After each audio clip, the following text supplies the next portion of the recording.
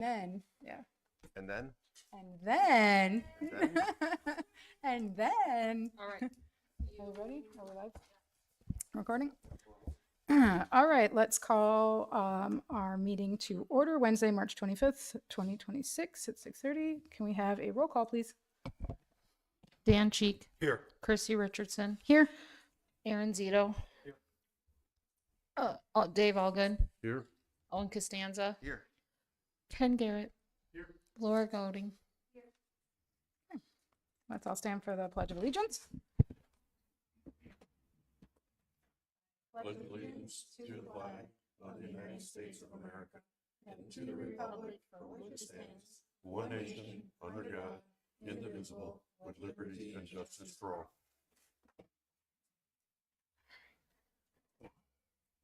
There is no phone participation. Do we have a motion to approve this agenda? Move to approve the agenda? Motion by Owen. Second. Second by Dave. All in favor? Aye. Aye. Aye over there. All in favor? Aye. And thank you. Agenda is passed. All right, new business. Do we have to cover a motion to discuss? No? Okay, okay. So we are here to discuss the appeal of the building code by the Grove. I'm gonna let Aaron kind of help facilitate our meeting this evening. Sure. So there was, so our code provides for a process for an applicant to appeal the decision of the building inspector as to a decision there. And so that's what's happening before you guys right now. In a nutshell, it's in your packet here that the owners, the new owners of the Grove restaurant are seeking an appeal from the decision that our building inspector, Ken Garrett, had indicated that they need a makeup air installed in the Grove because it currently does not have one. There's a part of their renovation of the Grove and to reopen it as a restaurant there. So given the fact that this is their appeal, they will get the first opportunity to speak their side of the story. Again, I think this can be conversational. It doesn't have to be very, very formal, like we're in court or anything like that there. So, but the applicant or the property owner will be able to go first, present their side of the story. To the extent the board has any questions, you guys can ask questions of them there. After they're done, then village staff will be able to present our side of the scenario there. Likewise, if you have questions, feel free to ask there. And then ultimately, if the applicant wants to cross-examine loosely or ask questions to staff, that can happen. Likewise, if we have questions for the property owner, we can ask as well there. But then ultimately, when you guys have heard everything, then as a board, you guys will deliberate and then ultimately come to a conclusion as to whether or not you're going to uphold the decision of the building inspector or grant the request of the property owner. Just for the record, Sinead Hubbard arrived at 6:32. She's been here the whole time. Sorry, I gotta do it for the record. Yep. All right, so with that being, then we'll have the Grove go first. If you could use the microphones, it just makes it easier for, Turn it on. yeah, it just makes it easier for us to go back in the recordings. I'm here.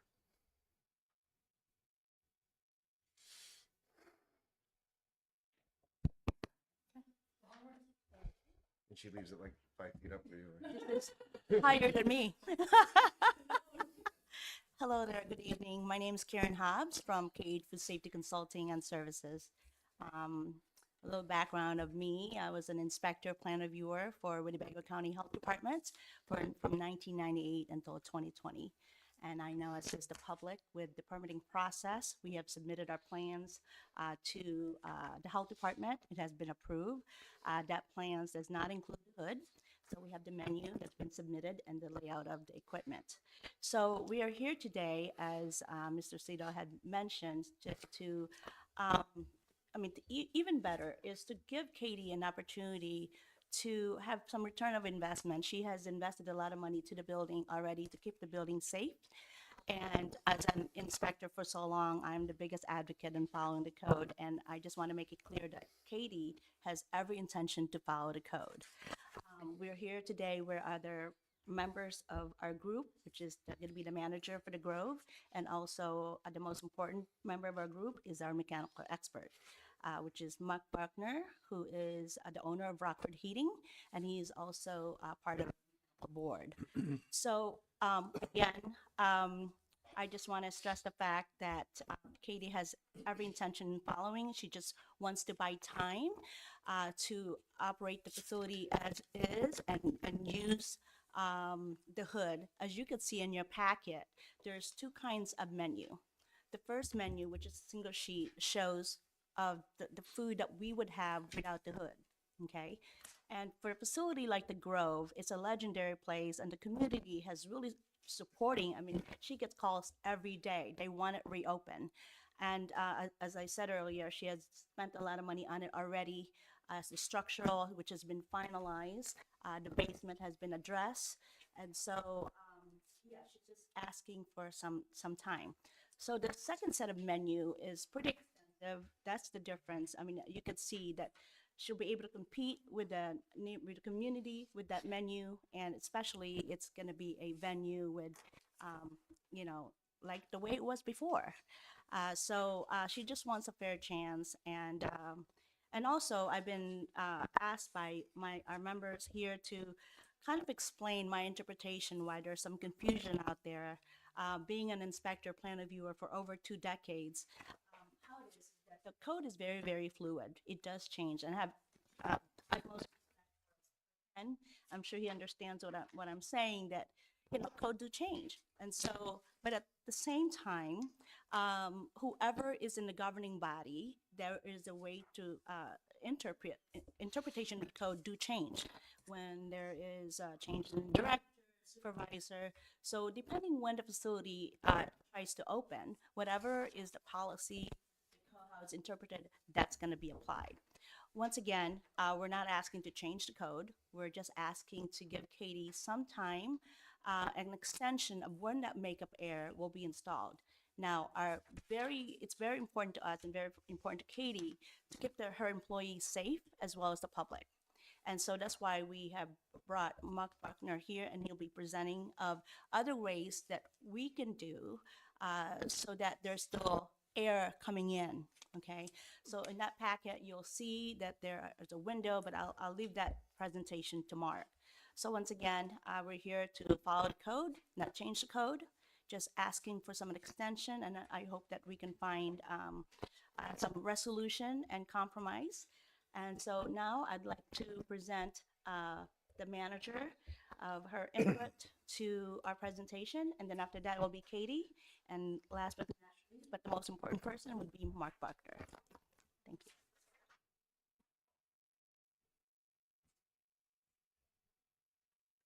Good evening. My name is Cindy Winjack.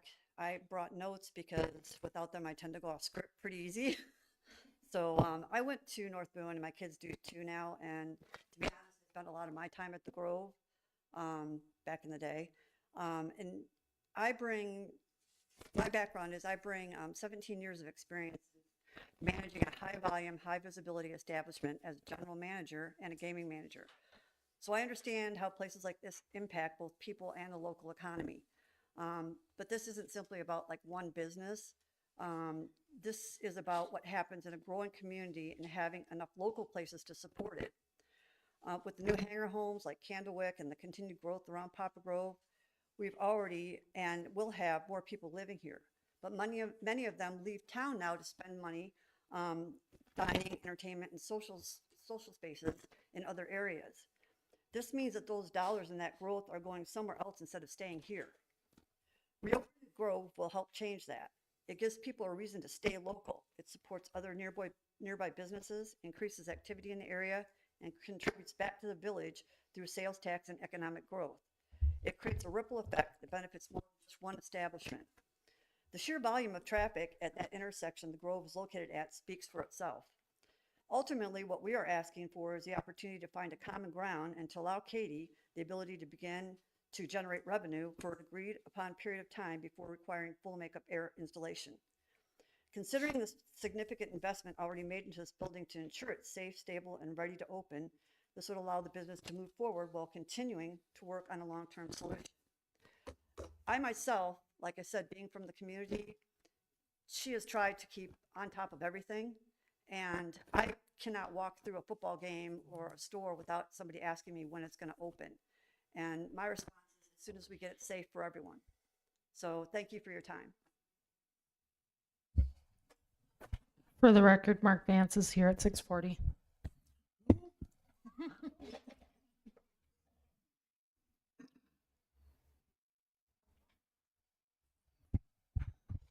Hi, I'm Katie. I also brought notes because I will also ramble.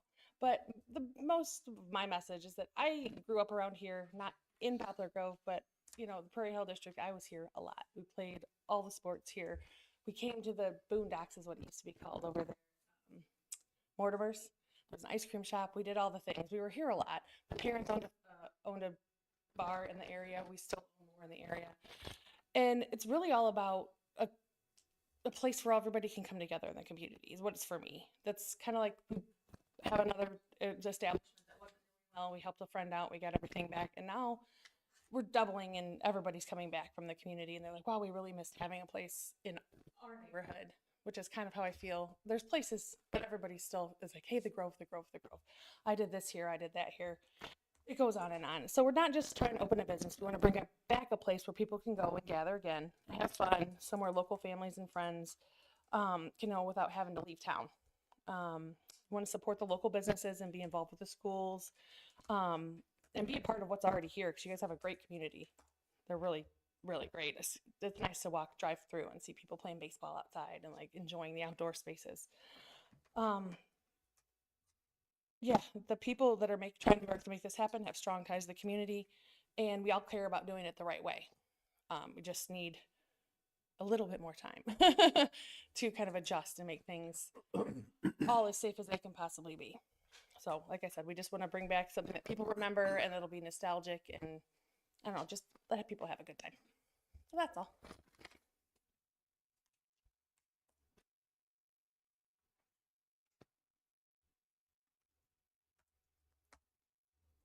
Hi, Mark Buckner. I own Rockford Heating and Air Conditioning.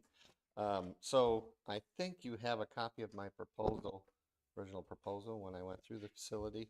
And we are proposing to do makeup air, and there was also some other additional repairs that I recommended. And if you look through it, you'll see that the furnaces needed some work, and there was a furnace that does the kitchen, and I was recommending more heat and return to the kitchen from that furnace to condition it properly. I see by the facility that it has been working on without a makeup air. I don't know if they were opening the windows many years ago. Natural ventilation was even listed in the code if it was there. They don't recognize that today because the new code says that the air coming into the facility should be within 10 degrees of the temperature of the air in the facility. So you're not bringing 0-degree air across the workers. That's reasoning for the heated makeup air that requires. So in the past, they must have just opened the windows. If you run a hood, you're going to pull a negative on the building. The code official even states something to the effect that the negative is not acceptable in a building, and it is not. They would have to, if the board allows them to go under grandfather clause or whatever you might deem this reasoning, I would recommend that they put a door on the kitchen.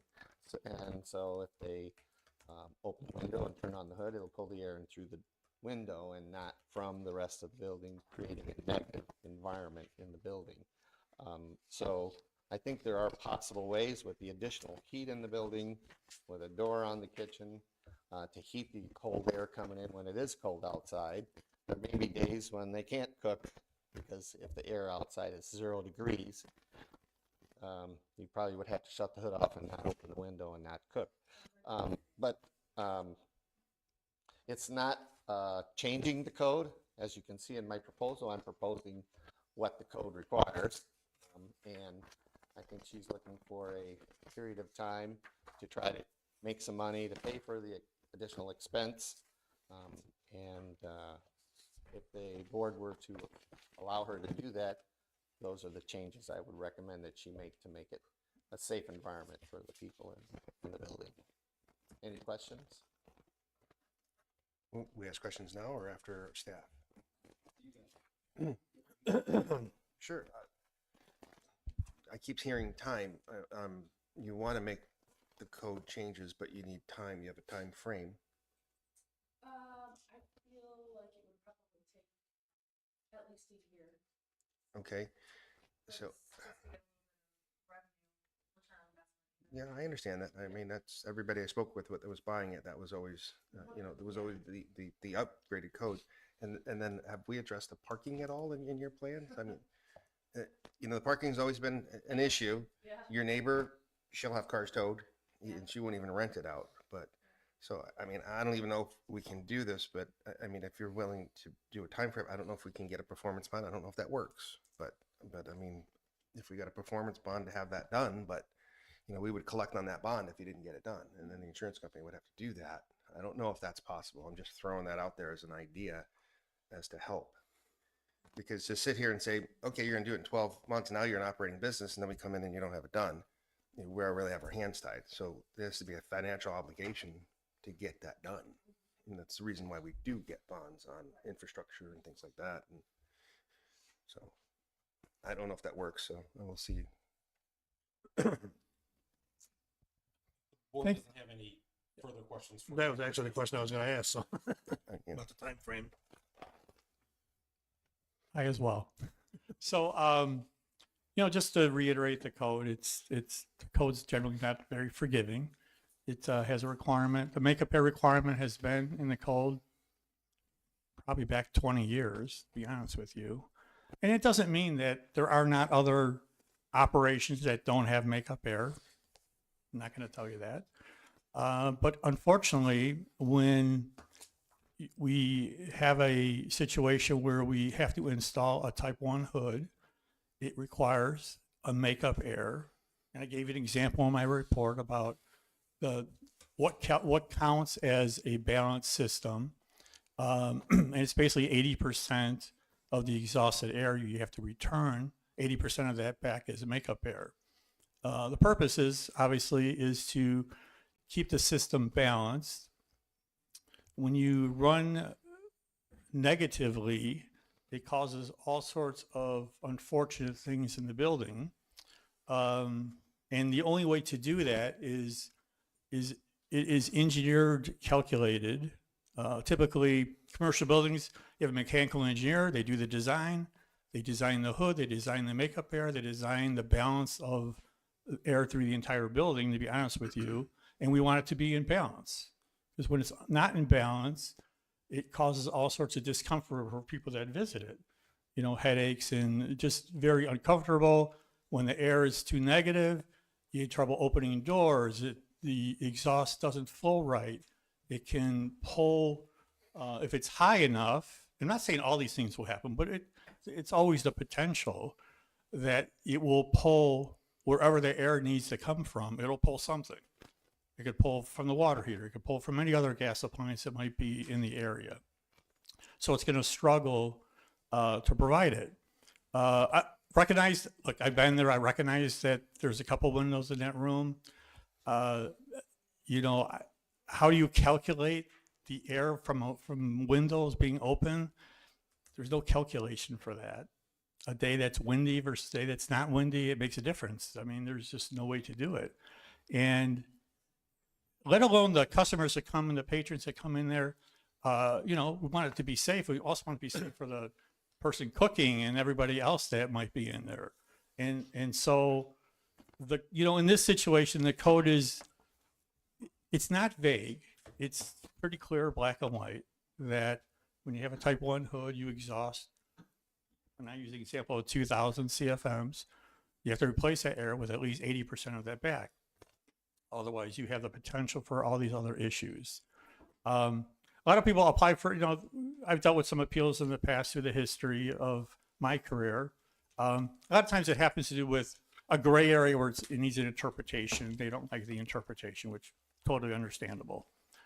In this case, it's pretty black and white is what the requirement is. But I also have the question about when you say temporary, what does that mean?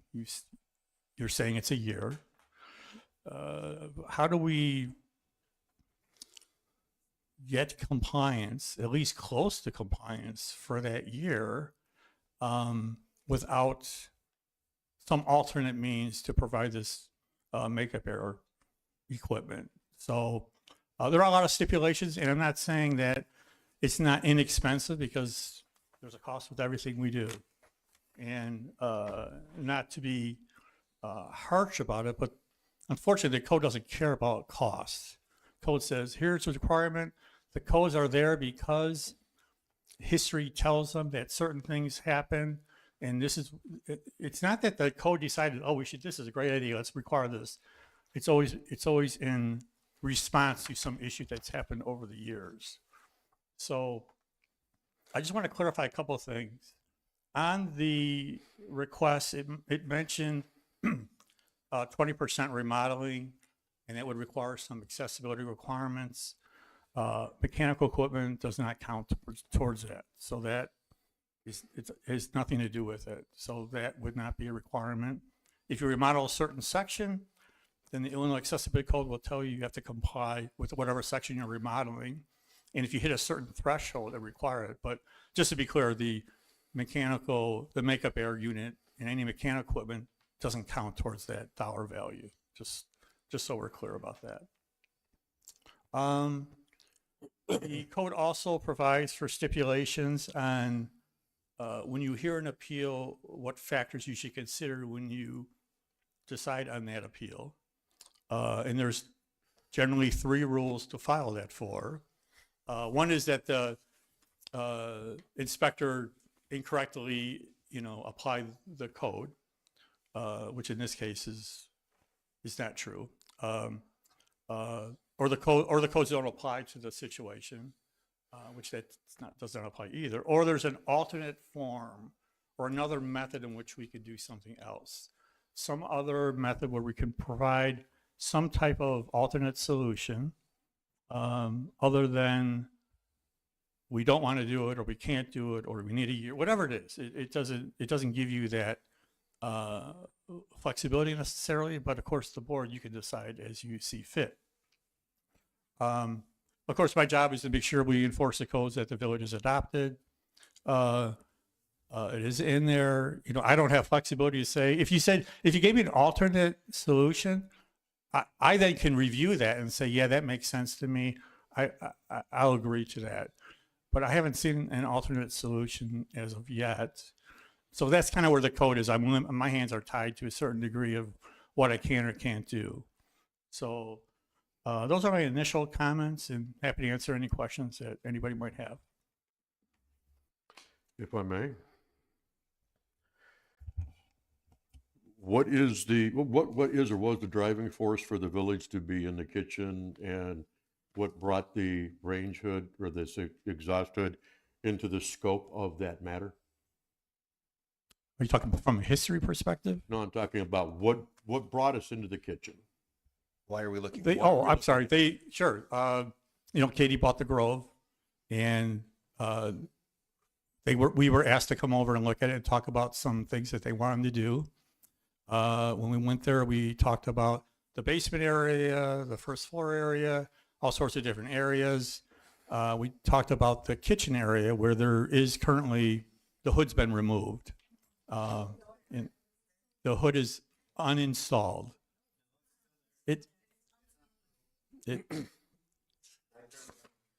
Okay.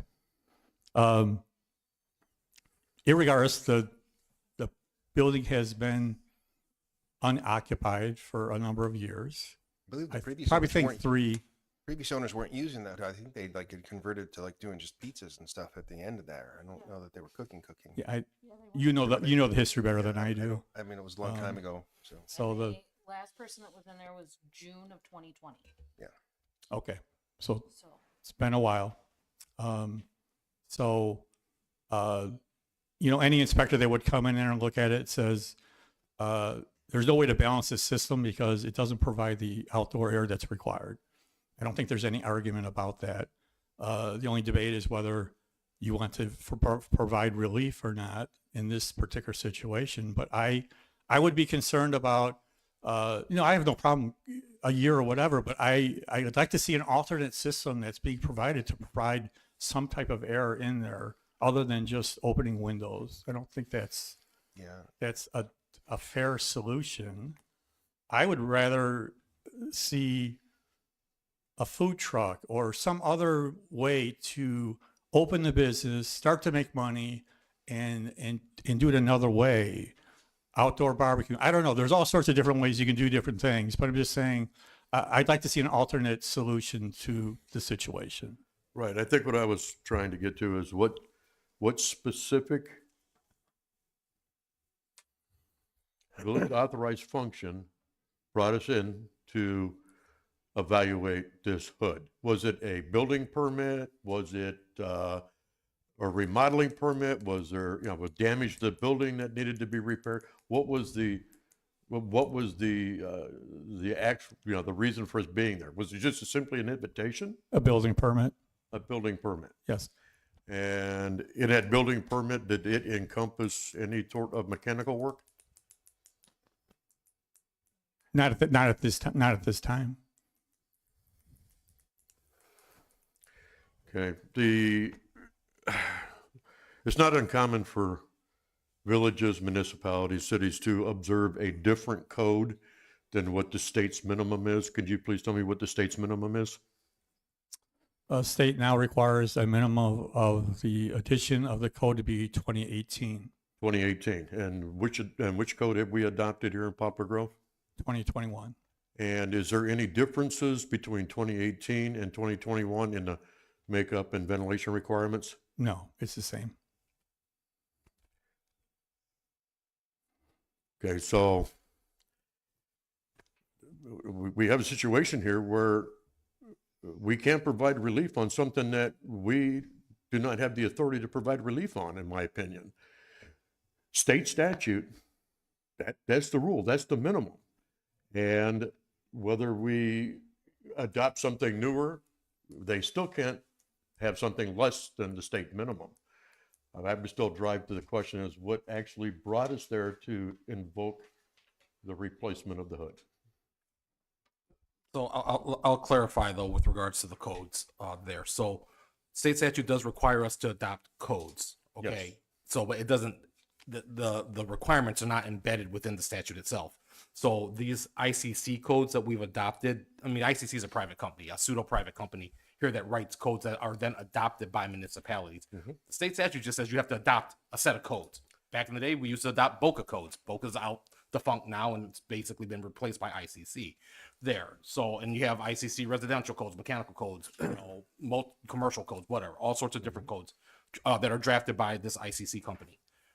When a community adopts them, you can adopt them and they set a standard there that the community then says to follow, but you don't have to adopt every single standard as written by ICC. Correct. You're going to create an exclusionary list. By ordinance that adopts it, you can then also within that ordinance say, you know what, provision 12.2.2 currently says 5 feet. I think it should be 4 feet. As a village, you guys can change it to 4 feet there if you want to. Similarly, I'll give the example that there was an edition of the ICC code that came out a number of years ago, that said that single family homes had to be sprinklered. There was an uproar from a lot of communities that said, there's no way that we're going to require residential homes being built to have sprinkler systems in them. So many communities said, we're adopting the residential code, but we're going to exclude that requirement there. So if you guys choose, right now this code says that makeup air is required. It's within your purview to say, we don't want to require makeup air.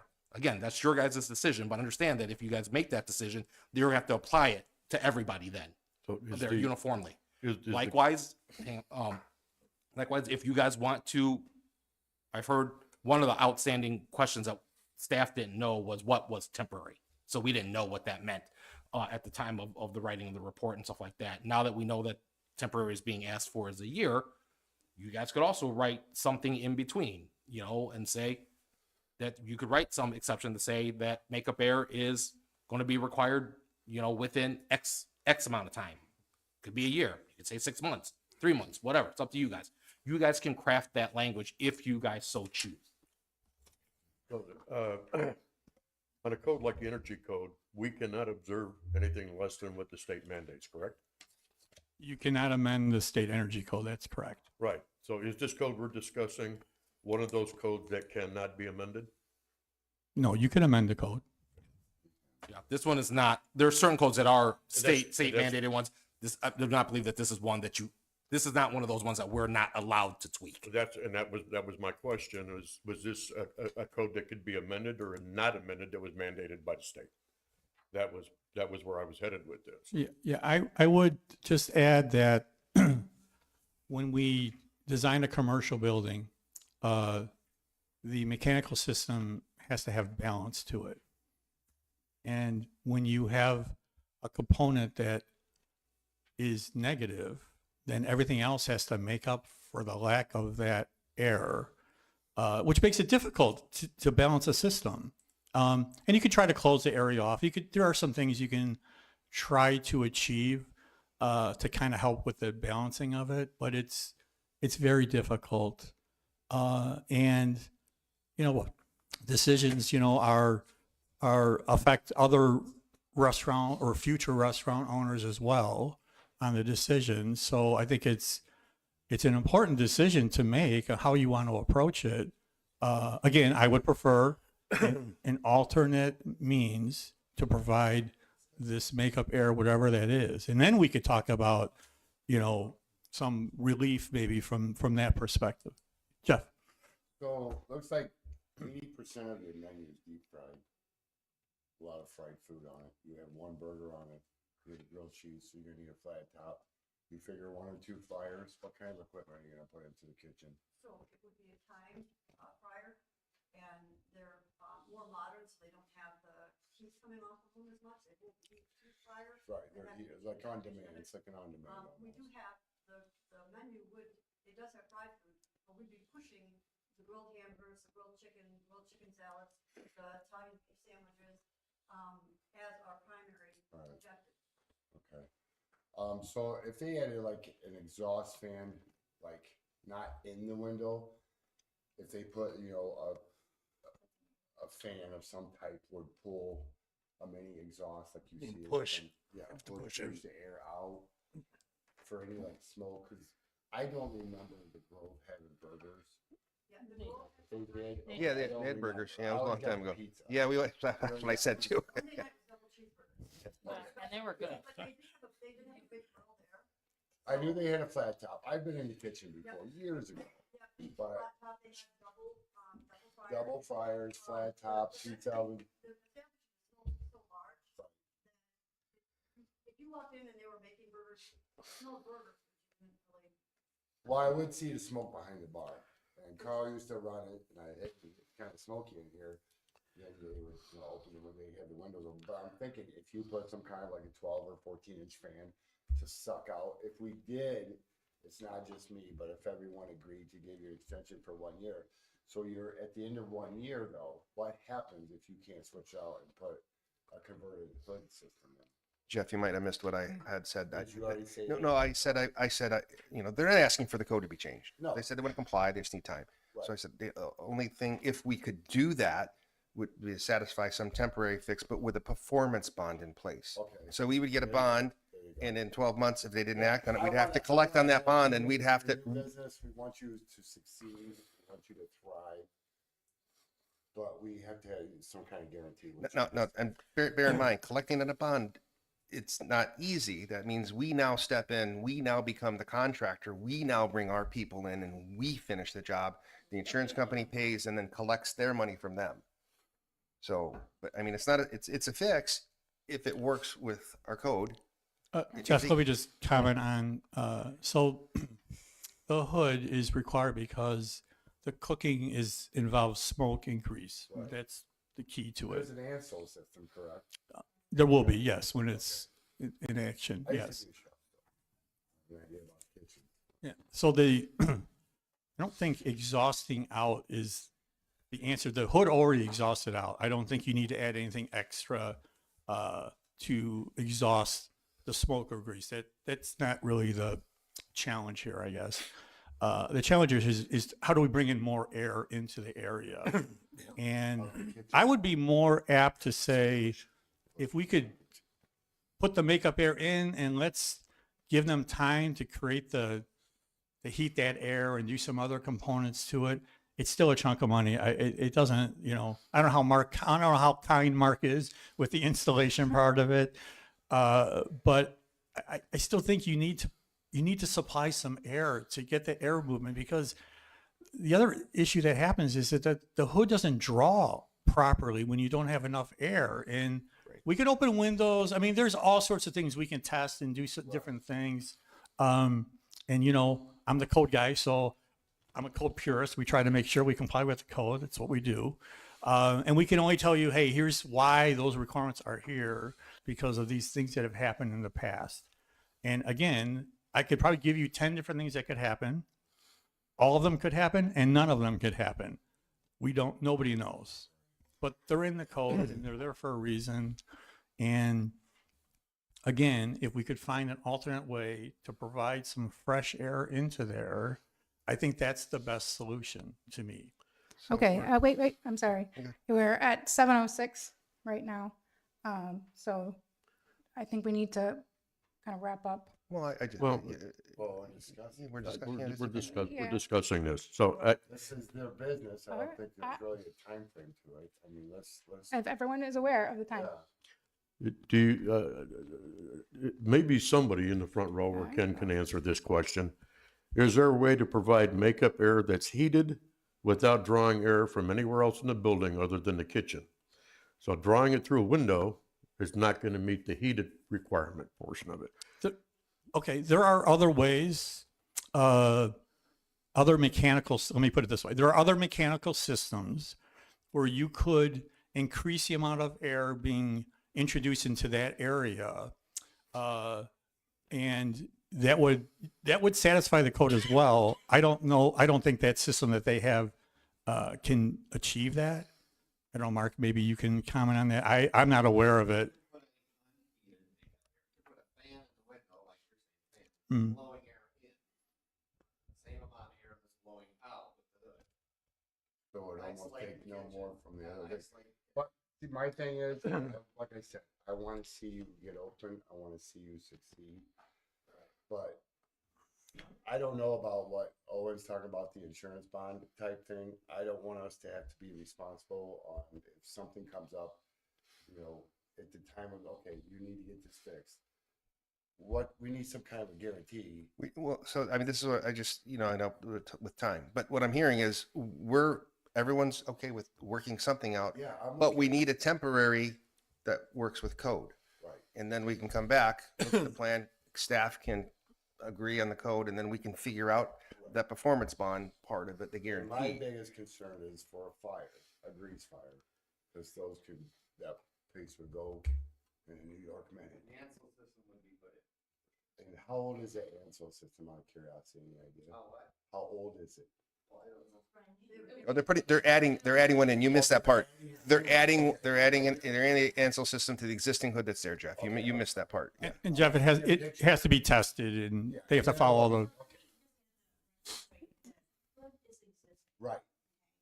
So my experience when the code is enforced is, and when there's a change of owner, sometimes the facility is used as is, when there's a major renovation, then the code book gets open again.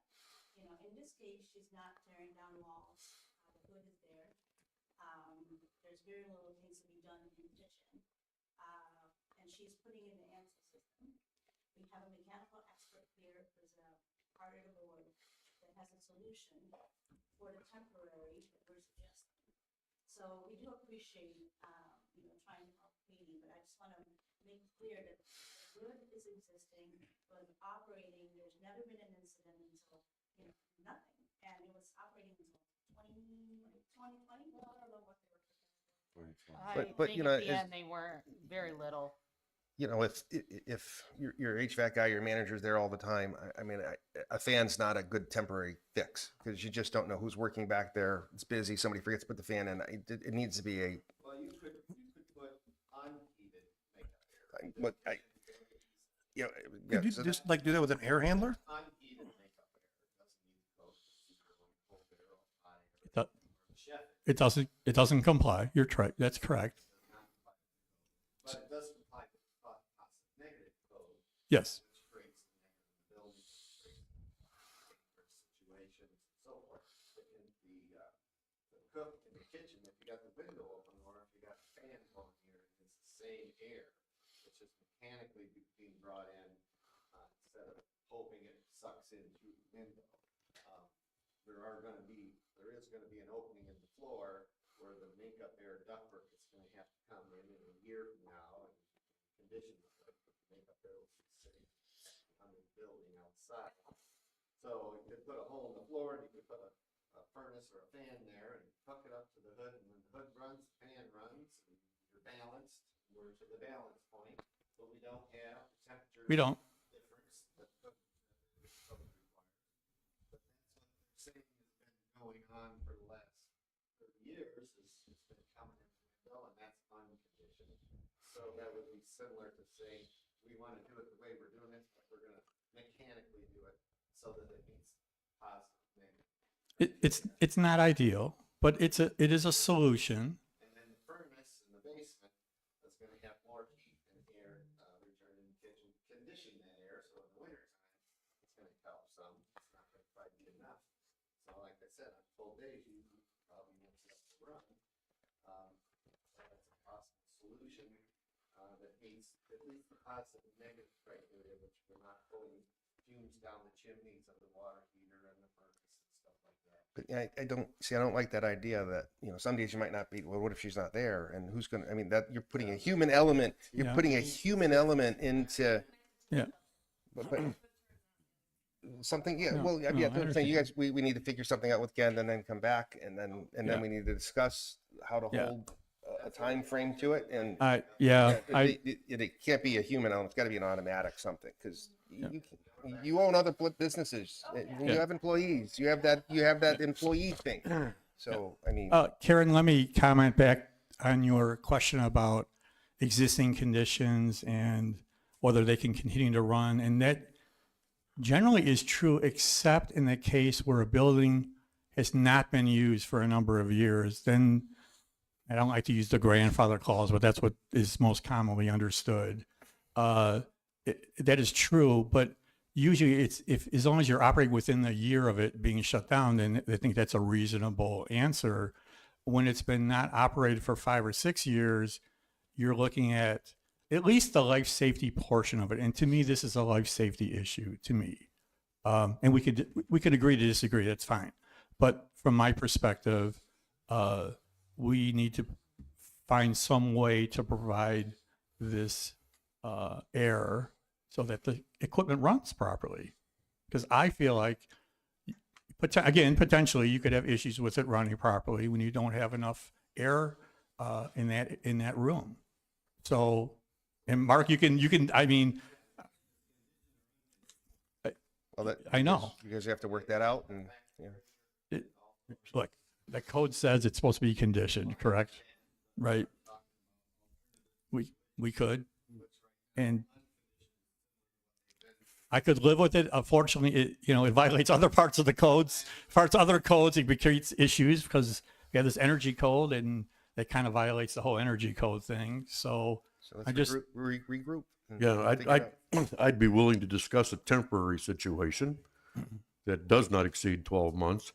But in order to get me to talk about that temporary situation, this makeup error would have to be operational anytime the hood was on, and it would have to be at not anybody's will. That means when that hood's turned on, that makeup error is turned on, period. The other criteria would be, it would be that there be a fire-resistant barrier between the kitchen and the rest of the building. So that means the kitchen would have to have a fire-resistant or fireproof door through the rest of the restaurant or seating area. So if something did happen in the kitchen, it's contained in the kitchen. This would also require an evaluation of whether or not the ceiling inside of this kitchen would meet a fire rated standard. So there's a lot of things to consider. I would be willing to consider a temporary situation, but you're going to have to show me that everybody that walks in that restaurant and sits down to have a beer and have a hamburger, that they're walking out of there. I guess, so if you match the CFMs of the exhaust hood with a, what did you say, 80%, with an air handler at 80%? Yeah, Yeah, well, whatever. Well, like you said, we put an air handler downstairs of some sort with a ductwork up, then there'd be no negative. I mean, I've dealt with negative before. I mean, a couple years ago, I had furnace put in, the guy left my closed chamber open in my utility next to my atmospheric water heater. I was pretty excited about that, but I know what happens. So as long as there's no negative pressure on a temporary status, I get the lack of, heated air coming in. I'd be willing to look into that too. Yeah, like it's on switch, like they said, it's all connected in one switch. The makeup's on. Well, Yep. as long as you're keeping the negative pressure out of there. I mean, like I said, dealing with it personally, I know the dangers of negative pressure in any facility or any home or building itself. I would be willing to entertain it as well. I think, and this is just my personal opinion, maybe even to move forward, we would have to see some sort of drafted plan that you could draw up and provide to the board of what you would do to provide that temporary makeup air. And then as far as the 1 year status, how to enforce that would be another issue we'd have to deal with. But I think we could look into that further if you drew up the plans to provide the board for that little bit of makeup air, unheated. Would, Not a stamped engineer, so get an engineer to stamp it, I don't think I'd be. No. So unfortunately, the wonderful state of Illinois has all these requirements for commercial buildings when it comes to architectural drawings and engineered drawings. And typically a commercial building has a architect and electrical, mechanical, and plumbing engineers that design the building. And so Mark is saying, sure, I could find an engineer. I don't know if he'll agree to that design. And that is a requirement by the state. It's not like we have choices whether we can, not enforce the state engineering requirements or not. Mark, do you know what the CFM of the current hood is?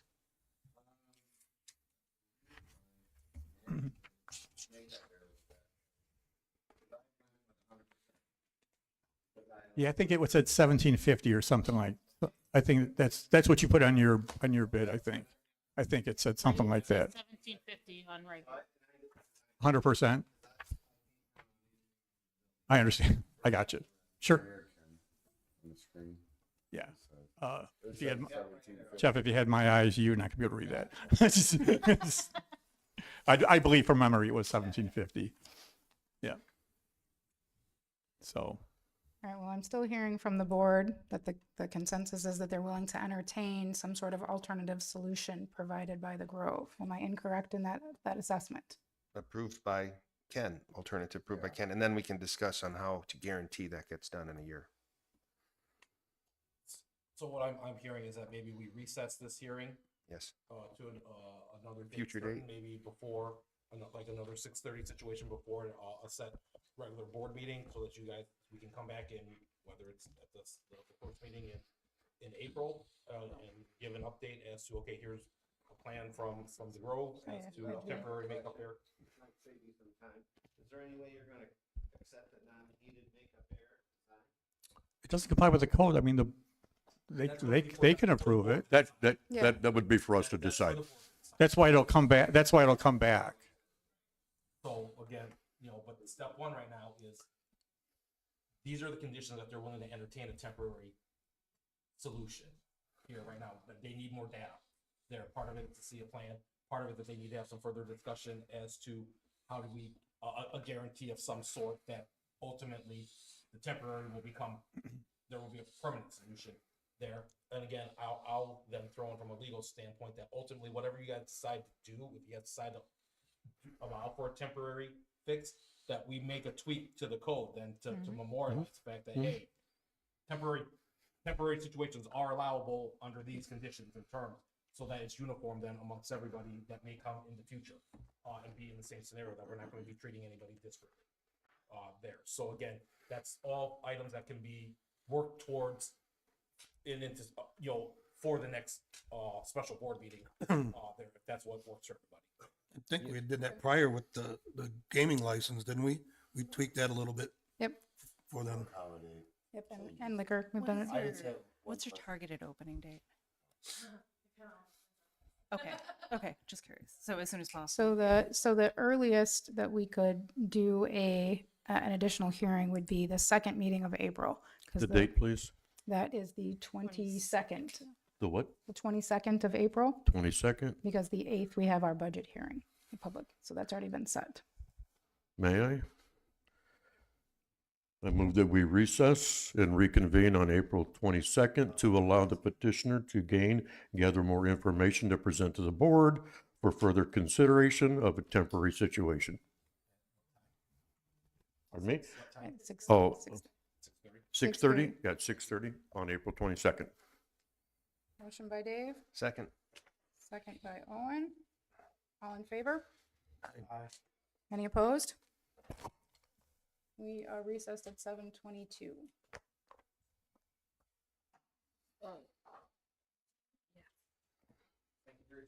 Thank you. Guys.